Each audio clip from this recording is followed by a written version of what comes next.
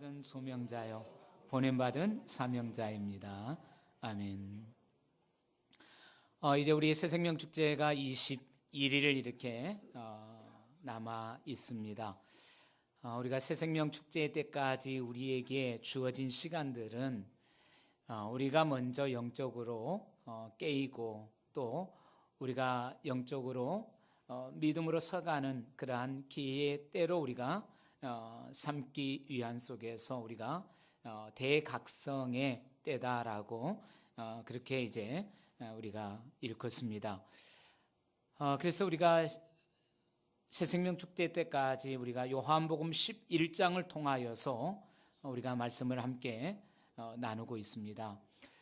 우리는 지난주에 말씀을 통하여서 이 나사로를 통해 하나님의 뜻을 우리가 헤아리고 있는데 지난주의 말씀 속에서 나사로가 병들어 죽게 되었다 그랬습니다.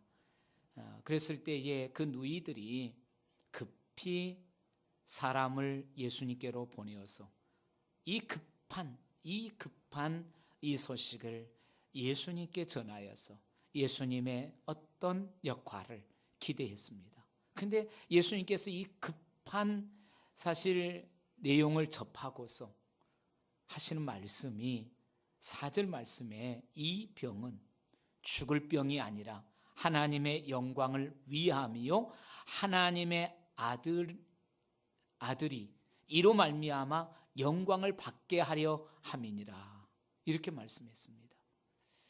자, 여기까지는 우리가 좀 이해를 할 수가 있습니다. 자, 그런데 6절 말씀으로 넘어오면서 좀 이해하기 힘든 부분들이 있었습니다. 그것이 무엇이었습니까? 나사로가 병들었다 함을 들으시고 그 계시던 곳에 이틀을 더 유하시고 그랬습니다. 자, 주님이 사랑하시는 그 가정, 주님이 사랑할 뿐만 아니라 주님을 그토록 사랑했던 이 가정, 근데 이 가정에 지금 절박한 문제, 이 가정에 나사로가 어떤 위치에 있었고 어느 정도의 어떠한 그 가정의 그 중심에 서 있는가를 우리가 지난주 말씀 속에서 보았습니다. 그러면 주님도 이 가정을 사랑하고 이 가정도 주님을 그토록 사랑하는 가정, 위기를 만나고 그 위기 속에서 지금 주님을 찾고 있습니다. 주님을 요청하고 있습니다. 주님을 기대하고 있습니다. 그런데 예수님은 이런 요청을 접하고서 어쩌면 전혀 자신과 상관이 없는 것처럼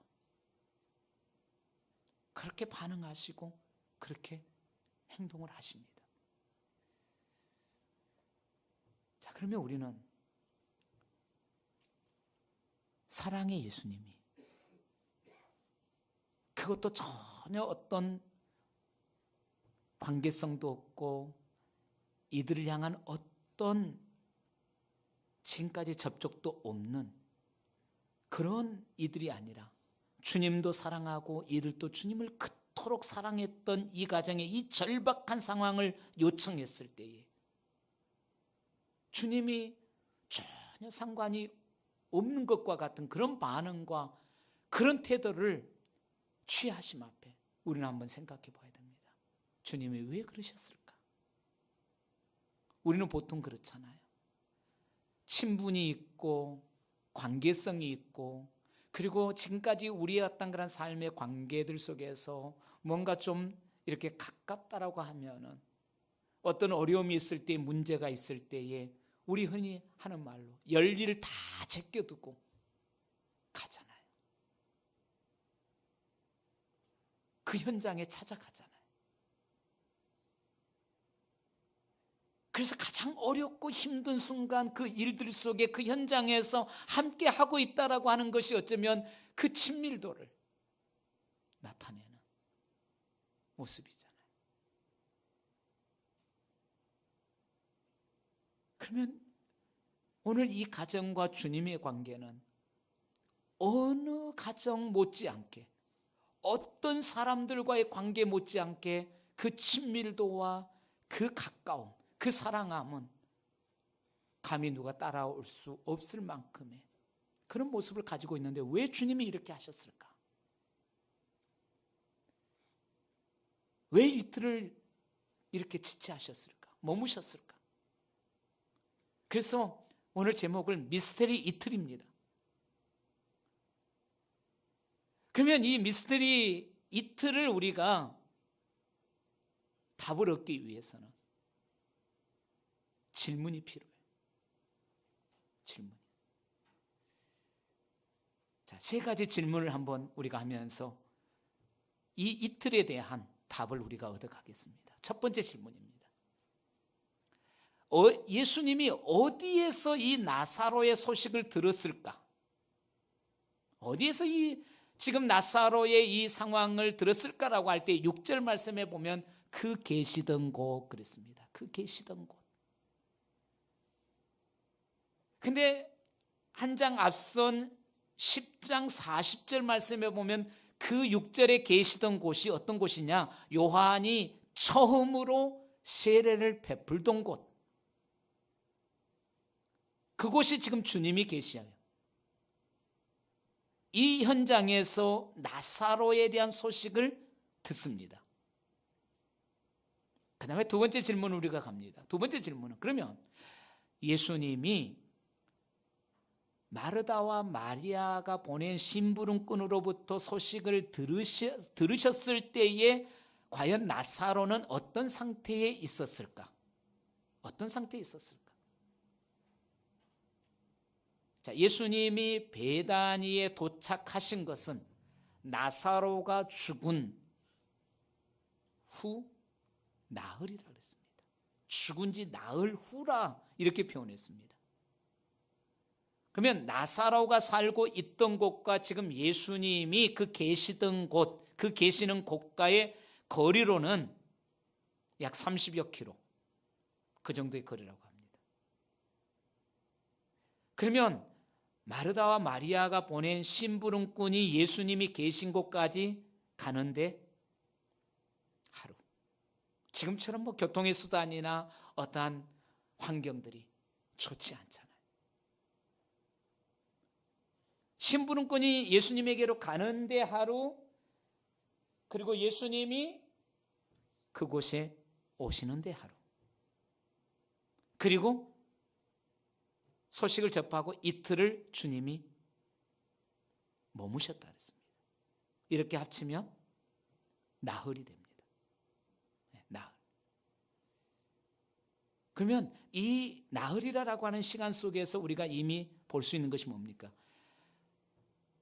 심부름꾼이 예수님을 향하여서 이미 출발할 때에, 예수님을 향하여서 이미 나아갈 때에 나사로는 이미 죽었더라라고 하는 겁니다. 죽었어요. 그래서 예수님이 이 심부름꾼으로부터 소식을 들었을 때에 이제 죽어진 상태.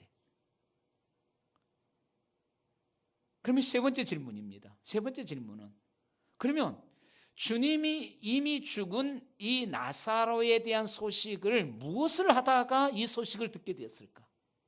어떤 일을 하다가 이 소식을 듣게 되었을까라고 할 때에 10장 41절과 42절 말씀을 보면은 예수님이 지금 그곳에 계시면서 그곳에서 어떤 일들이 어떤 지금 상황이 벌어지고 있냐면은 많은 사람들이 예수님을 쫓아왔습니다.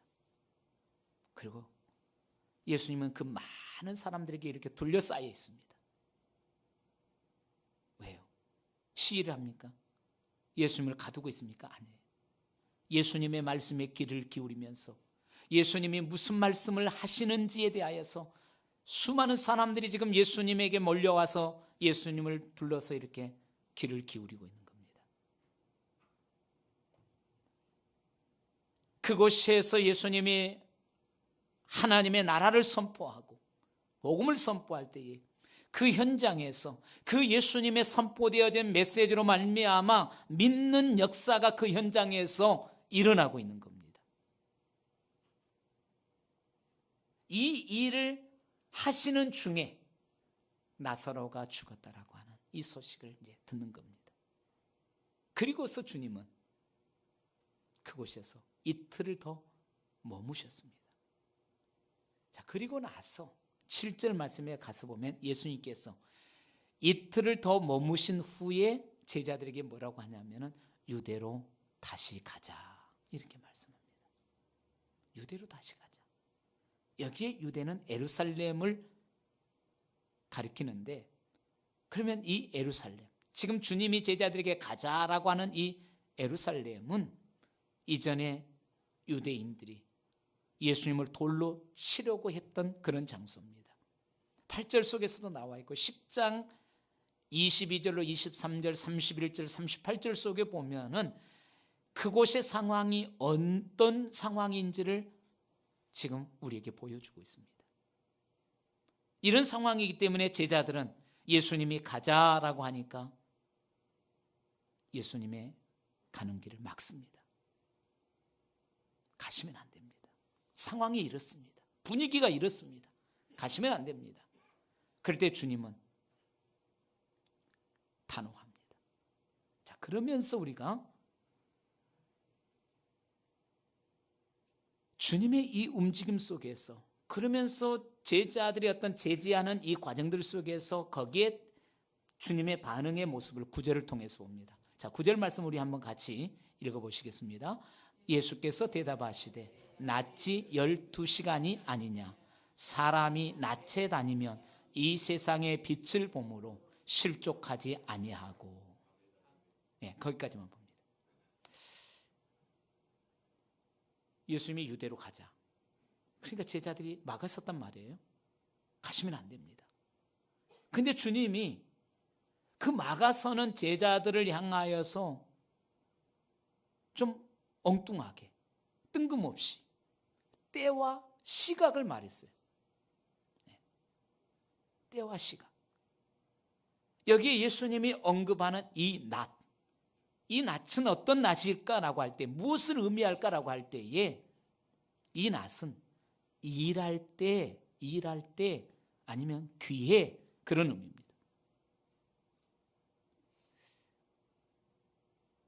그래서 주님이 여기서 낮이 12시간이 아니냐라고 하는 속에서 이 낮, 구체적으로 좀 더 주님의 마음을 우리가 읽는 속에서 간다고 한다면, 지금 구원받아야 할 사람들에게 하나님의 이름을 나타낼 수 있는 기회, 그리고 이들에게 복음을 전하는 그 일을 할 때, 그 말입니다.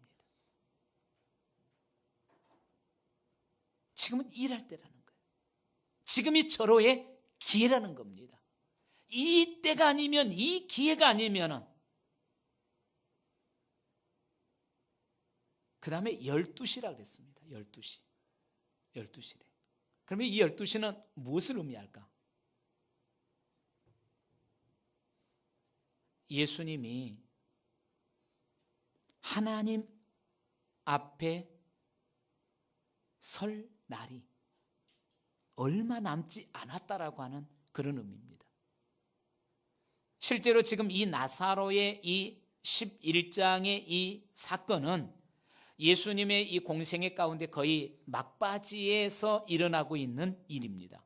그래서 12장 1절 말씀에 한번 보시면은 12장 1절에 유월절 닷새 전에 예수께서 베다니에 이르시니 이곳은 예수께서 죽은 자 가운데서 살리신 나사로가 있는 곳이라 그랬습니다. 여기에 이 유월절 엿새 전이라 그랬습니다. 그러면 여기에 이 유월절은 예수님이 최후의 십자가의 만찬을, 십자가를 앞에 두고 최후의 만찬을 베푸신 바로 그 유월절입니다.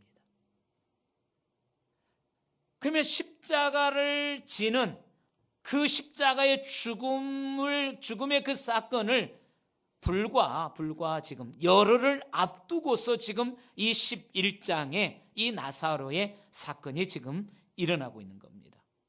그러면 주님 입장에서는 이미 자기 자신의 육신의 때가 10일 남아있다라고 하는 속에서 이미 카운트다운에 지금 들어가 있습니다. 10일 남아있다라고 하는 속에서. 이 와중에서 지금 나사로의 사건이 터진 거죠. 그리고 두 자매가 지금 신분권을 보내서 자기에게 연락을 취했습니다. 그런데 이미 주님이 보시는 속에서는 나사로는 이미 죽었어요. 자, 그런데 이런 전가를 받고 전가를 받은 어떤 그 상황적인 속에서는 이 지금 주인공인 나사로는 죽었어요. 그리고 지금 예수님이 머물고 있는 그곳에는 지금 그 현장에는 어떤 일들이 벌어지고 있습니까? 수많은 사람들이 지금 예수님을 둘러 진치고 예수님을 찾아와서 예수님의 말씀을 기다립니다. 예수님이 무슨 말씀을 하시는지 거기에 귀를 기울이고 집중하고 있습니다. 그리고 그 예수님의 선포되어지는 말씀을 통하여서 그 현장에서 믿는 자의 역사가 일어나고 있습니다. 자, 그러면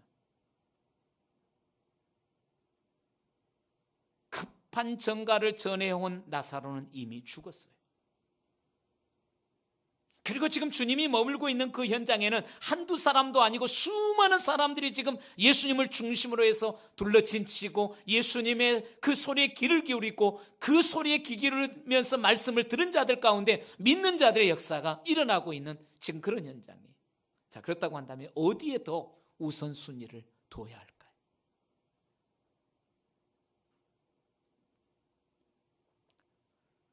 우리 사회는 정적인 사회죠. 앞서도 제가 이야기한 대로 가까운 사람, 친근한 사람, 친분이 있는 사람일수록 어떤 그런 일들 앞에 우리가 중요한 일이 있음에도 불구하고 내가 해야 될 일들이 있음에도 불구하고 우리는 거기를 달려가잖아요. 주님은 여기에서 우리에게 무엇을 이야기할까요? 우선순위입니다. 주님은 사랑하는 지금 나사로, 분명히 사랑하는 자예요. 그런데 사랑하는 나사로, 이 나사로는 지금 죽었다 그 말입니다. 그러면 이미 나사로는 죽어 있는 상태이기 때문에 지금 주님이 머물고 있는 그곳, 그 현장에 구원받아야 될 수많은 사람들, 이 복음을 선포함으로 말미암아 복음으로 말미암아 구원받아야 될 수많은 자들이 있다라고 하는 속에서 그 현장에 지금 있는 이들을 더 중요하게 생각하고 있다라고 하는 거죠. 왜 이렇게 중요하게 생각할까요? 낮이 12시간이 아니냐 그랬습니다. 시간적으로 놓고 볼 때에 주님의 어떤 일정과 주님의 남은 열흘이라고 하는 그 시간을 놓고 볼 때에 이제 이곳에서 떠나가시면 주님은 이곳에 다시 두 번 오기가 쉽지는 않습니다. 주님이 이곳을 떠나가시면 이곳에 이 무리들은 다시 만날 수 있는, 육신적으로 다시 만날 수 있는 그런 사람들이 아니다라고 하는 겁니다. 다시 올 수 없는 그곳에, 다시 만날 수 없는 그 수많은 사람들, 그 사람들이 지금 주님의 말씀을 듣고 있습니다. 주님의 말씀을 통하여서 구원함의 역사를 이루고 있습니다.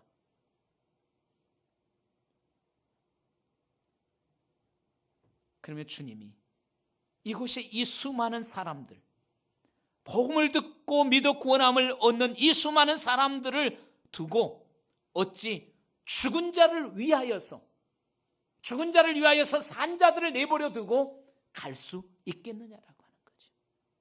이것이 이틀의 답입니다. 즉각적으로 달려가지 아니하고 이틀을 더 머무시는 그 답입니다.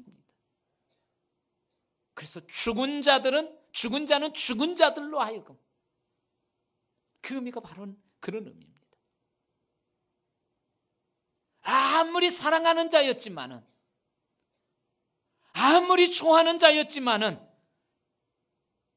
그가 아직 죽지 않았다면 모르겠습니다. 상황이 또 어떻게 주님이 반응하고 전개하셨을는지 모르겠지만 이미 나사로는 죽었어요. 그러나 지금 주님이 있는 그 현장에 살아있는 자들로서 영원히 죽은 수많은 그 무리들, 그 많은 영혼들을 내버려 두고 죽은 자를 위하여서 갈 수 있겠느냐라고 하는 거죠. 그래서 주님은 과감하게 이미 죽어버린 나사로에 대하여서는 포기하고, 마르다와 마리아의 입장에서는 어떻게 보면 참 섭섭할 수 있죠. 서운할 수 있죠. 이렇게 지금 주님이 필요하고 아쉬운데, 그렇게 내가 섬기고 그렇게 내가 주님을 사랑하고 주님을 위해서 이렇게 살아왔는데 내가 요청하는 이 요청에 이렇게 즉각적으로 반응하지 아니하고 이틀을 더 머무시고 오신다. 참 너무하신다. 참 서운하다. 그렇게 평온하지는, 주님을 대놓고 하지는 않았을 때도 그 마음에 느낄 수 있는 감정이잖아요. 가끔 집에서 제가 책상에 앉아서 뭘 준비를 하다가 아내가 무엇을 하다가 불러요. 근데 나도 지금 뭔가 지금 준비에 집중한 나머지 뭔가 지금 그 순간 속에서 뭔가 지금 글을 쓰고 정리를 해야 되는 그 시간인데,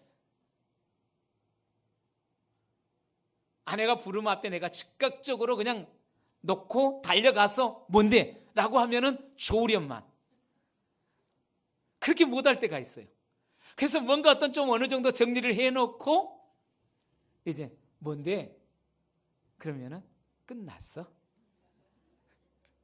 그러면서 서운해.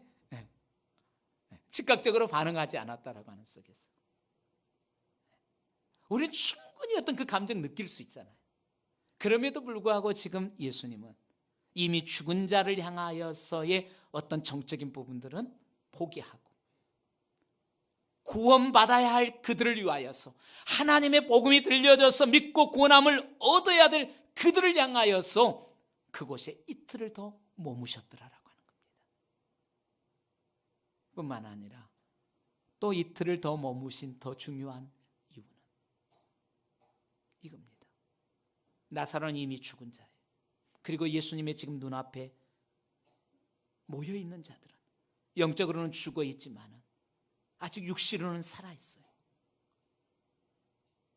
그러면 실질적으로 지금 영적으로 누가 죽어가고 있습니까? 누가 더 급합니까?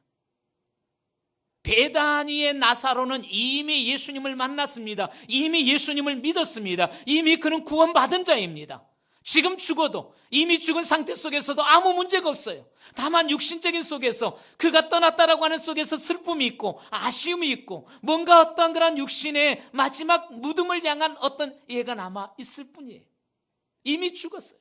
그러나 믿어 죽은 자의 어떤 그런 부분의 상태적인 부분에 있어서는 예수님의 입장에서는 그렇게 중요한 것이 아니라는 거죠.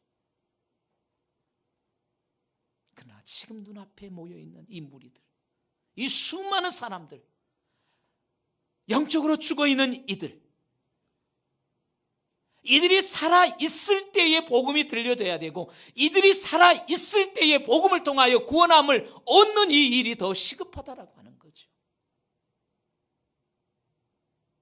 그래서 주님은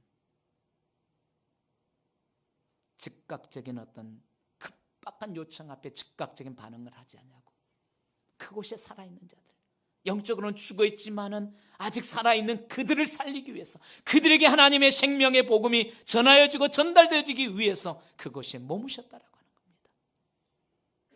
그러면 왜 이틀일까?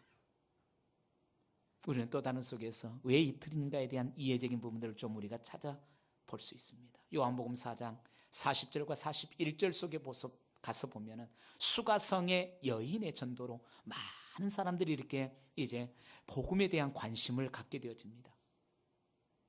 그때 주님이 그곳에서 수가성의 이 여인으로 말미암아 복음에 대한 많은 관심을 갖게 되어졌을 때에 주님이 그곳에 수가성에 있는 그 무리들을 바라보면서 그곳에 이틀을 머무시면서 말씀을 전하시는 광경을 보게 됩니다. 그 이틀 동안에 주님이 그 수가성에서 복음을 전했을 때 믿는 사람들이 많아지는 그런 놀라운 전도의 열매가 맺혀지게 됩니다. 그러므로 어쩌면 예수님에게는 이 이틀이라고 하는 이 시간은 어쩌면 복음 전파, 그리고 그 영혼이 죽어 있는 그 영혼들을 살리는 중요한 어떤 그런 복음 전파의 관련이 있다라고 볼 수 있는 거죠. 사랑하는 성도 여러분, 주님은 살아있는 자에게 더 깊은 관심을 가지셨습니다. 영적인 상태는 죽어 있지만 육신은 아직 살아있는 그들에 대해서 더 깊은 관심, 구원받은 자보다, 구원받은 상태 속에서 죽은 자보다, 아직 구원받지 못한, 복음으로 말미암아 아직 생명을 갖지 못한 그들에게 더 관심과 우선을 두었습니다. 그래서 우선순위 앞에서 인간적인 어떤 정적인 부분에 끌려가지를 않았습니다. 무엇이 지금 우선인지, 무엇이 지금 시급한지, 누구에게 지금 이 긴급성이 요구되고 있는지에 대하여서 정확한 그 분별이 이틀이라고 하는 이 시간 속에서 우리에게 답을 주고 있습니다. 내 곁에, 지금 현장에서 내 곁에 복음을 필요로 하는 자, 그 복음을 통하여서 구원받아야 될 자, 나의 복음의 전도함을 통하여서 정말로 그 영원히 살아나야 할 자를 향한 그 긴급성과 중요성, 시급성을 먼저 생각하셨다는 거죠. 그래서 그곳에 이틀을 머무셨다.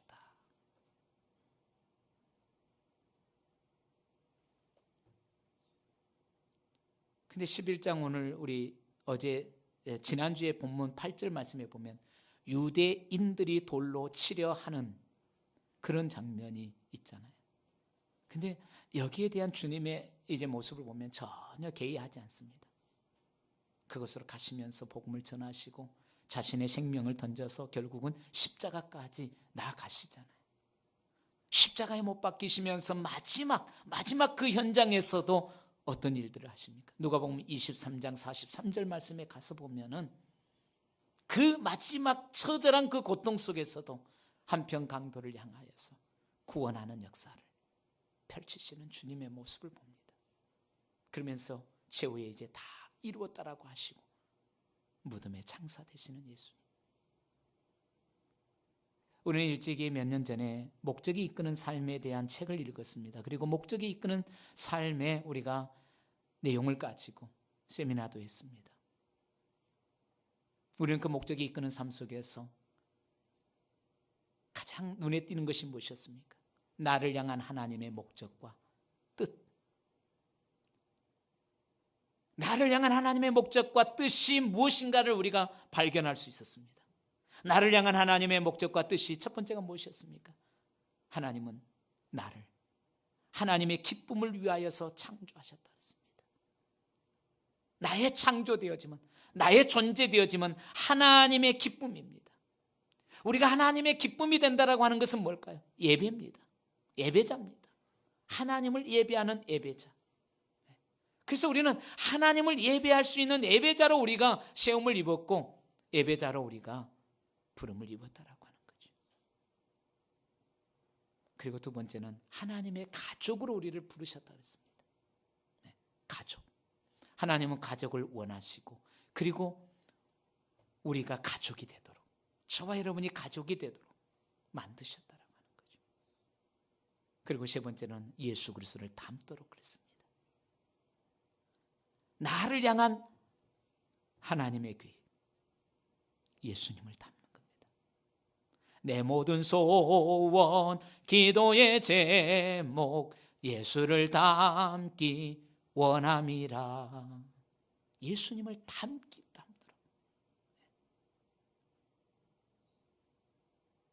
우리 아이들이 자라가면서 엄마 아버지가 하는 것을 그대로 보면서 따라하는 분들 있잖아요. 좋은 것은 닮아서 하면은, 따라서 하면은 좋은데 영 아닌 어떤 부분들을 따라서 할 때 어떻습니까? 아, 이게 아닌데, 이게 아닌데. 하나님께서 저와 여러분을 향하여서 오늘 또 바라시는 것이 있다고 한다면 예수를 닮기를, 예수님처럼, 예수님의 제자로서. 그래서 그 삶을 통하여서 네 번째가 뭐였습니까? 하나님을 섬기고 사람을 섬기는. 그래서 우리는 섬기기 위해서 창조되었고 섬기기 위해서 구원을 받았고 섬기기 위해서 부름을 입었다라고 하는 거죠. 그리고 마지막이 뭡니까? 사명이었습니다. 사명을 위해서 지음을 받았다 그랬습니다. 그래서 모든 것의 결론이 뭡니까? 사명이다라고 하는 거죠. 그런데 사명 중에서 정말로 우리에게 주어져 있는, 오늘 우리에게 드려져 있는 그 사명이 뭐냐라고 할 때 복음의 나눔입니다. 복음의 섬김입니다.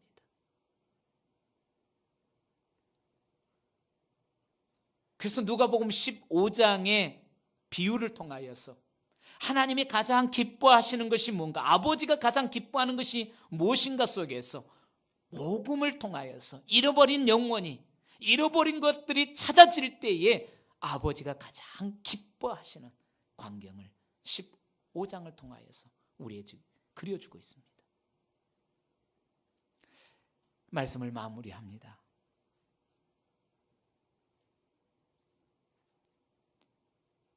결국 우리가 지음을 받고 부름을 입고 구원함을 입어서 예수님의 제자 되어지고, 그런 우리의 삶에 하나님께서 맡기신 것이 사명일진데, 이 사명을 우리가 어떤 자세로 감당해 가야 할까요? 나사로의 죽음 앞에서 이틀을 머무셨던 그 주님의 모습을 통하여서 하나님은 우리에게 말씀하십니다. 하나님은 이 나사로의 어떤 정적인 부분들에 치우치지 아니하시고, 이틀을 머무시면서 그 현장에서 만나야 될 영혼, 그 현장을 통하여서 구원받아야 될 영혼, 다시 올 수 없고 다시 만날 수 없는 이들을 향하여서 이틀을 더 머무신 그 주님의 모습을 통하여서 오늘 저와 여러분을 향하여서 말씀하십니다. 우리가 인간적인 어떤 그런 정을 억누르면서까지, 돌로 치려 하는 그러한 상황에서까지도 개의치 아니하고, 고난이 있고 어려움이 있고 힘듦이 있을지라도 우리가 이루어가야 될 부분들이 있다고 한다면 그것이 뭐냐라고 할 때 영혼입니다. 잃어버린 영혼입니다. 사랑하는 성도 여러분, 지금 여러분이 만나고 있는 그 사람이 여러분의 마지막 사람일 수도 있고, 그들에게 있어서 내가 마지막 사람일 수도 있다라고 하는 사실을 기억하시기 바랍니다. 내가 그를 만나고 있는 그 장소가 마지막 장소일 수 있다라고 하는 속에서 한번 생각해 보시기 바랍니다. 주님은 그래서 오늘 이 말씀 속에서 영원의 섬김의 긴박성과 영원 섬김의 시급성, 그 시급함, 아무리 육신적으로는 슬프고 애통하고 사랑하는 자가 떠났기 때문에, 죽었기 때문에 아쉽지만은, 그러나 눈앞에 지금 구원받아야 될 저들의 영원히 살아야 될 그들을 바라보는 속에서 우선순위에 정리함이 이틀이었다고 한다면, 오늘 주님이 기뻐하시는 그 일을 우리가 행함에 있어서 주님의 기쁨 되기를 우리가 원한다라고 우리가 고백하면서 그 기쁨 되기를 원하시는 오늘 우리의 모습이